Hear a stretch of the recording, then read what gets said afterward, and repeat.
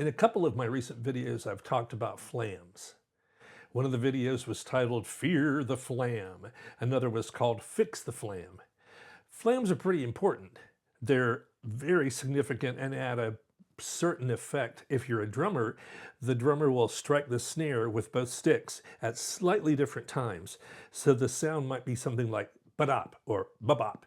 And you can put whatever syllables you want to that to pronounce flam yourself. But ba-bop works for me. The point is, they're not heard da at the same moment. They're slightly separated in time. Now, if we're playing keyboard, a flam is something we should avoid. We would rather not hear. You hear how the top note's a little early? We'd rather hear.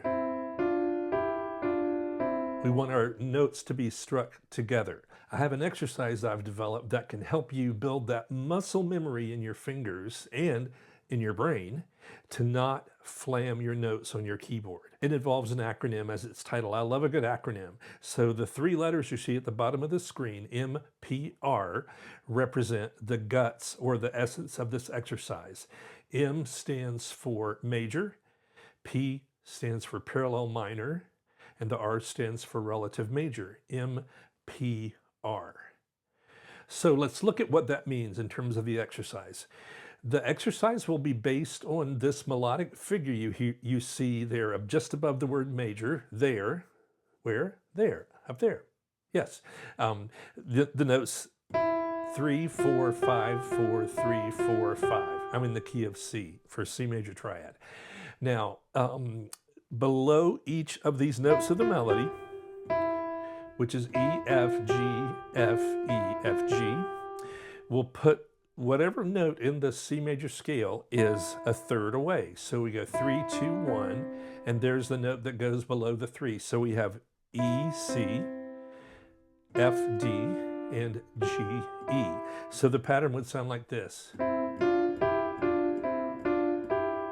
And you could use whatever rhythm you prefer, you might want to do. And as I've mentioned in a previous video, a staccato attack is really good to practice something like this.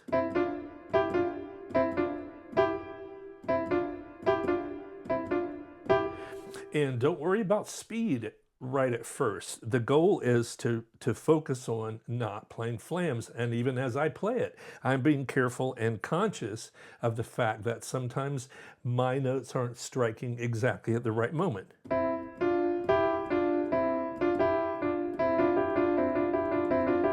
So it's a great exercise for me and for you.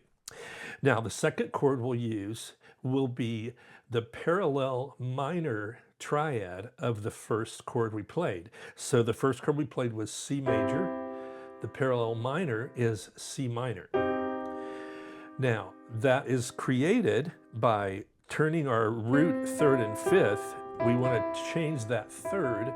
We want to drop it a half step or lower it. So we're going to turn it into a minor third on the bottom of the triad. So now we have C minor. So C major and parallel minor, C minor. Now the next one is a little bit rocket science-y, music theory-ish, whatever you want to call it. We are going to now play the notes of the relative major of this parallel minor we just found. So the C minor chord has a relative major key. We need to find what that is. One of the clues you can give yourself is to drop the bottom note of your triad, and that leaves you with an E flat and a G. And you want to figure out what major scale has those two notes as its first note, E flat, and its third note, G. So by the process of elimination, creating a major scale, you would arrive at the fact that the relative major of C minor is E flat major. Excellent. Now, those facts, parallel minor, parallel major, relative minor, those terms are really good things to have in your vocabulary as musicians. But I'm not here to teach music theory specifically, or the bulk of it's not music theory. It's this exercise. So let's apply it. So we've got C major with that melody you saw at the top of the chart. And now C minor,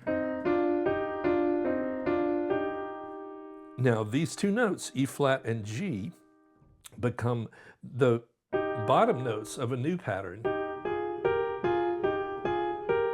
And now for this top 3, 4, 5, 4, 3, 4, 5, you're using notes of the E flat major scale. And that's the exercise. C major, whoops, C major, C minor, relative major. And now the premise of the exercise, or the concept of the exercise, is for the next continuation of the exercise, you'll start with the E flat, and then you'll play the parallel minor and the relative major. You can start on any chord you want. It doesn't have to be C major. You could start on F major, let's say. So here's F major, and here's the pattern, and here's F minor, parallel minor, whoops, parallel minor. Now let me describe something that just happened there. When I played the C on top, my fifth finger was not quite over the C. It was kind of in this kind of no man's land between the C and the B natural. So in an exercise like this, an excellent practice or discipline for you is to feel your fingers over the notes, the desired notes, before you play them. So